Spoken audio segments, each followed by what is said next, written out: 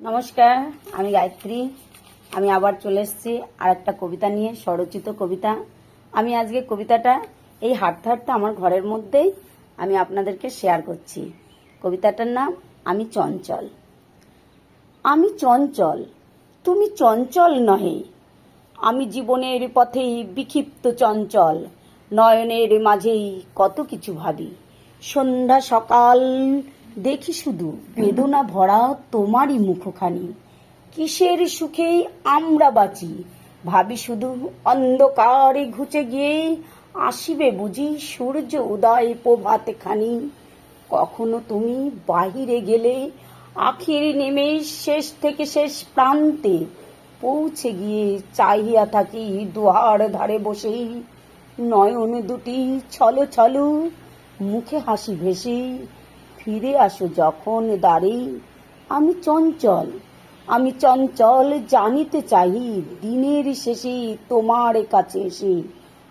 আজি হাসি কান্নার দিন যে নয়, বেদনা ভরা মলিন মুখ ছুঁড়ে ফেলে ওগো প্রাণাধিক উঠিয়া দাঁড়াও আপন আলোতেই। আমি চঞ্চল, তুমি তো চঞ্চল নয়, তবে কেন ব্যাকুল মুখে ঘোরো দাঁড়ে দাঁড়ে হাসো তুমি। আমি চঞ্চলের মতো ভুলে যাব সকল বেদন ভরা দুঃখ। আজ হয়নি কাজ, কাল হবে, তবে কেন ব্যর্থ। মলিন মুখের বদন খানি দেখিলে সবাই ভাবিবে তোমায় দেখে আছে বুঝি কিছু তোমার স্বার্থ।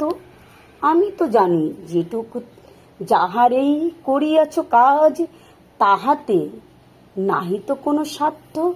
তবে কেন ভয়, তোমার ভিতরেই আছে কিছু জিনিস। তুমি আপন আলোতে উঠিয়া দাঁড়াও, আমি আছি তোমার পাশে।